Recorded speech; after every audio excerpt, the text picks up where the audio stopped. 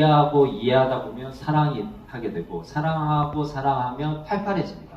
그리고 오해에서 세 발짝 물러나면 이해가 되고 이 숫자로 다 쓸 수 있는 건데 그래서 이제 자기를 이해하는 것이 자기 기본이라는 거죠. 자기 성찰력이 없는 사람은 멘탈 문제가 회복되지 않습니다. 대부분 이제 성격 장애를 가지거나 남 탓을 하거나 책임을 전가하는 사람들은 자기를 발견하지 못합니다. 제가 이제 알코올 중독자분들도 많이 이렇게 치료를 하는 거에 개입을 했는데, 그 중에 알코올 중독자가 다 그런 건 아닌데, 성격 장애를 가지고 있는 분들이 있어요. 근데 그런 분들은 자기를 성찰할 수 있는 능력이 되게 떨어져요. 약간 둔감하면서 자기를 바라보지 못하기 때문에 모든 책임을 가족이나 사회에다가 던져버리거든요. 그러면 회복이 되지 않아요. 근데 회복자들을 보면 멘탈 문제나 알코올 문제가 있더라도 자기 자신의 내면을 바라보고 자신이 변해야 될 것에 초점을 맞추는 사람들은 언젠가 다 회복되더라고요. 그래서 자기 이해의 관점으로 감정을 해소하는 것이 중요합니다. 감정 해소라는 것은 자기 감정을 먼저 알아채는 게 중요하거든요. 내가 만약에 어떤 일을 통해서 화가 났다. 그러면 화난 감정에 대해서 체크를 하고 그것을 이렇게 알아채는 겁니다. 아, 내가 지금 화가 났구나. 내가 지금 짜증이 났구나. 내가 좀 신경질이 났다. 아, 아까 이러이러한 일 때문에 내가 기분이 안 좋았던 거구나. 자기 감정을 먼저 읽어주고 그 다음에 그 감정에 대해서 수긍할 만하면 충분히 내가 화날만 했어. 그리고 내가 정말 신경질이 날만 했어. 그렇게 했는데 또 상대방 입장을 헤아려 보니까 그 사람 입장도 그럴 수도 있겠구나. 그래서 이렇게 생각의 폭을 넓혀가는 겁니다. 근데 멘탈 문제를 가진 친구들은 한 가지를 가지고 계속 가려고 하는 경향성이 있거든요. 근데 생각의 다양성을 가져야 되는데 좀 외통수적인 데가 있어요. 그래서 한 가지를 뜯고 가다가 막히면 이렇게 물이 흐르듯이 돌아가면 되는데 저도 옛날에 그랬어요. 그냥 경직돼가지고 뚫고 나가다가 안 되면요. 길을 쓰다가 좌절해버려요. 그러면서 이제 우울에 빠지게 되거든요. 자기 자신한테 화난 상태가 우울이잖아요. 자기한테 화가 났거나 또 남한테 또 화를 내거나 근데 화를 못 내죠. 소심한 부분도 없잖아 있으니까 뭐 다 그런 건 아니지만 저는 좀 그랬던 것 같고요. 그래서 이제 소통을 하는 게 솔직한 게 중요한 것 같습니다. 어떻게 보면 자기의 기질에 맞게 성격에 맞게 솔직하게 살아가는 것이 건강한 삶이거든요. 부끄러운 게 아니에요. 사회적인 페르소나 뭐 가면을 쓰고 살아가지만 너무 사람들의 편견이나 의식을 해서 자기의 할 얘기를 못하면 그게 속병이 되는 거거든요.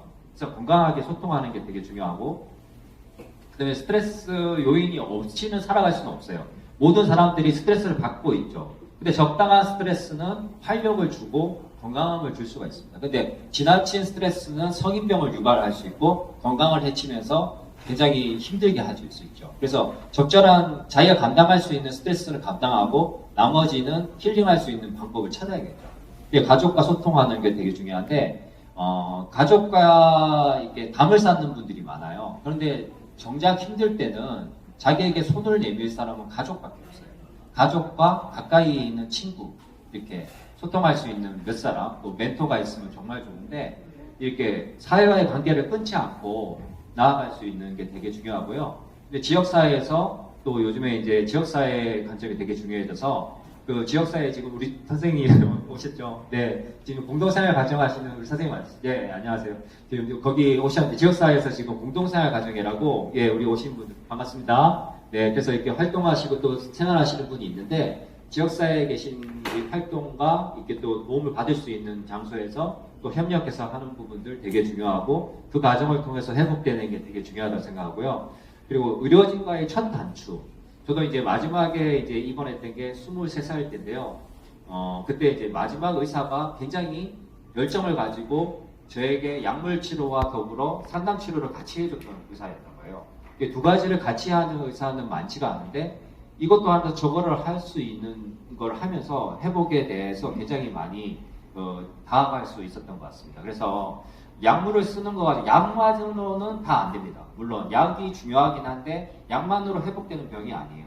왜냐하면 생물학적인 특성만 있는 것이 아니라 심리 사회적이고 스트레스적이고 인간관계에서 일어나는 여러 가지 일들이 있기 때문에 그거에 대한 것은 상담이나 재활이나 교육을 통해서 다방면으로 지지체계를 활용해서 회복돼야 되는 부분이거든요. 그래서 이제 의료진과의 소통이 되게 중요하고 적절하게 외래를 가서 위기 때마다 약을 조정한다거나 의사 선생님한테 자기의 어떤 것을 진솔하게 얘기하고 어떤 분은 이런 분이 있어요. 가가지고 진솔하게 얘기하면 약이 올릴까봐 거짓말로 이렇게 상담을 하시는 분이 있어요. 근데 도움이 하나도 안 돼요. 솔직하게 자신의 얘기를 하고 약을 잠깐 올리는 한이 있더라도 조절하면서 또 맞춰가면서 이렇게 하면 나중에 의사와의 신뢰가 쌓이면 자신이 그 감을 알게 되거든요. 아, 이럴 때 뭐 저 같은 경우에는 이제 저도 약물 치료를 받고 있는데 이제 가가지고 이제 의사 선생님한테 내가 이렇습니다 하면 이제 여러 가지 경험을 통해서 서로 대화 나눌 수 있는 수준이 됐거든요. 그러니까 좋은 의사는 그 당사자의 그런 여러 가지 그런 환경이나 그런 것들 존중해 주면서 서로 이렇게 협력할 수 있는 구조로 갈 수 있는 거죠.